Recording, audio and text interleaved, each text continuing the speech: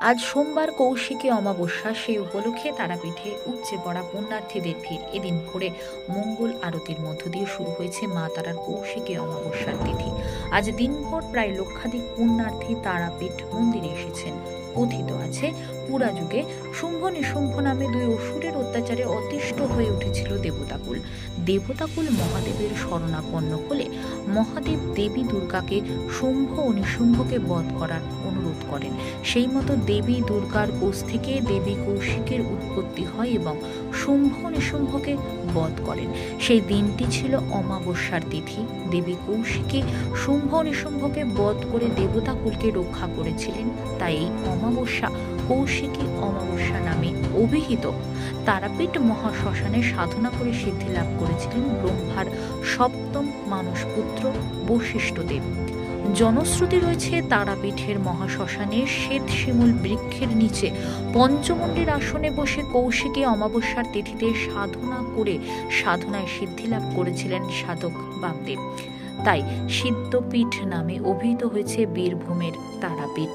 বশিষ্ঠদেব থেকে শুরু করে সাধক বামাখ্যাপার অলৌকিক কাহিনী বিজড়িত মা তারার এই প্রাঙ্গণ। ঐতিহ্যবাহী তারাপীঠে যে মানুষজন শুধু ভক্তির টানে ছুটে আসেন তা নয়, ভারতসহ বিশ্বের বিভিন্ন প্রান্ত থেকে ইতিহাসের টানেও এখানে ছুটে আসেন অনেকে। দেবীর আবির্ভাব ও পৌরাণিক কাহিনী বর্ণিত আছে তারাপীঠের অঙ্গে অঙ্গে।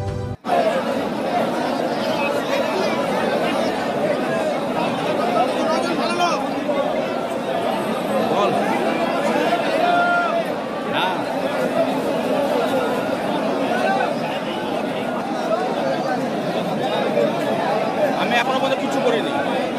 আমার ঘরে বসে থাকতে হবে।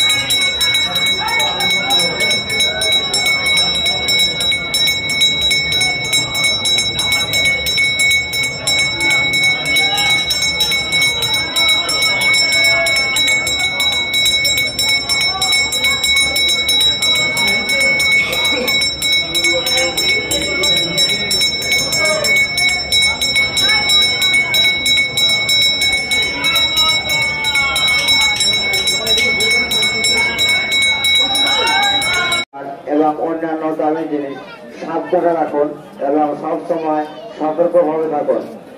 আপনাদের নিজের নিজের মোবাইল, মানি ব্যাগ, সোনার অলংকার এবং